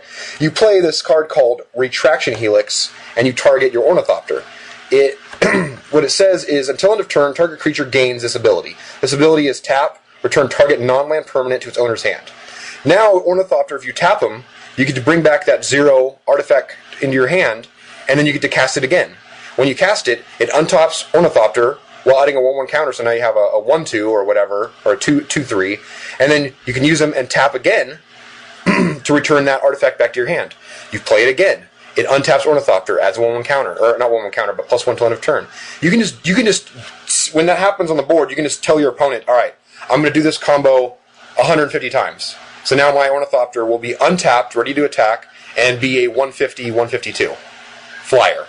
And you can swing it for game. You do that all in your first main phase, you swing it for game. Even if he can block that flyer somehow, if on turn 1 you were able to bring out that Triton Shorestalker, he will also have the same thing. He'll be a 151, 151, whatever, as much power and toughness as you need. And that guy's unblockable. So maybe on turn 3 or turn 2 they can kill one of your guys, but you're going to have 2 creatures that are ready to attack and both be million and a million. Well, not both, but you just have to choose one to go with, right? They both can't be 150. Yes, they both. Every creature you get untaps and gains +1/+1. Thanks to that ascendancy. Thanks to the ascendancy. So you're not going to be tapping both to... Because only one of them has the Retraction Helix spell on it. So you just choose one of those 2, go ahead and tap it for infinite, and then they're both untapped, ready to attack at infinite power. One of them's a flyer, one of them is unblockable. If they can kill one, fine. You're going to attack him, whatever. So this is Christmas Land once again, but when Standard has a turn 3 win, then I'm happy. Well, they say Santa comes once a year. Yeah! Oh, shit. So that is thanks to Hate in Digital. He said that it was discovered by Arabel, Erabel. That's the person that's on tappedout.net. Thanks, Arabel. Yeah, pretty much. But anyways, the rest of it's just filler. You don't have to worry about it. It's just some mana fixing. I like it, though. Some fucking Mantis Rider, whatever, Insult Artifact. Yeah, if you don't get there, then you got to have stuff to, get you there. Yeah. You got you can't just be like, I concede. yeah. Oh, didn't work. I didn't draw properly. But even later in the game, if you can draw just those 3 cards, you're good to go. Yeah. You know what I mean? Oh, yeah. You don't need Springleaf Drum. You only need it to get the ramp out to do it really quick. But essentially, all you need is the Crypt, which is the 0-mana artifact, Retraction Helix, and Ornithopter. Oh, and Jeskai. So you need 4. That's it. You need 4 cards, though, anytime in the game, and you win. Nice. Yeah, I like it. All right. And now on that bombshell. On that bombshell, we are out of here. This has been episode 14 of If Lance Could Kill. I'm Knife City. This is right. And hot sauce. I'll check you guys on the flip. Catch you on the... Bye! Down low. Man. High five, bro. Oh, man. Fist pump. Okay. I just fist pumped your high five. Damn it. We man. actually did the warrior shake. Okay. Oh, yeah. Walk away. Just walk away. And the music. Drop the mic. Later, guys. Alright, guys. Welcome to If Lance Could Kill. I'm not doing it. This is Knife City, and you're listening to Lance Could Kill. Here on, what was it? Fucking ABC? NPR. Yeah, this is ABC. NPR. This is NPR radio. Yeah. You're now listening to NPR radio. You're gonna be a little quieter. Hey, everyone, you are now listening to NPR radio. That's it. That's what I like it. Hey everybody, welcome to UPN. Yeah. You tuned into PBS recorded. Someone was like a fucking. Y'all need to clean your You shit. need to teach me how to coil it. Because I don't know how to do that. My wire is looking like no good. If we go to your bathroom, I'll show you a coil. That's... I don't know if you're talking about your curly dick or... Yeah, curly dick for sure. Curly dick. I have a bow dick. If it only makes one like loop, is that really a coil? You know what I mean? A coil is like multiple. Like I'm thinking like a curly fry. You know what I mean? Yeah. Like the curly fries are just one loop. This is hardly a curly fry. But it's a big curl, you know? You got a big curl, bro. Yeah. Thank you. It's fucking massive. I actually have. So if I have sex, right? Yeah. I have to have the girl lay there, and then I have to stand like lay on top of her and spin my body like a top to get it into her like a wine wine cork corkscrew, whatever the hell it is, you know? Yeah, exactly. You can't just push it down. No. The only way it gets in is if you rotate it, and then it guides itself. Exactly. And then it's already threaded. I can't even self-tapping? pull out. Yeah, it's tapping. Exactly. It's like threading. You can't get it out. If you get it out, it just blows out. It blows up everything. Blown out, sir. It is hot.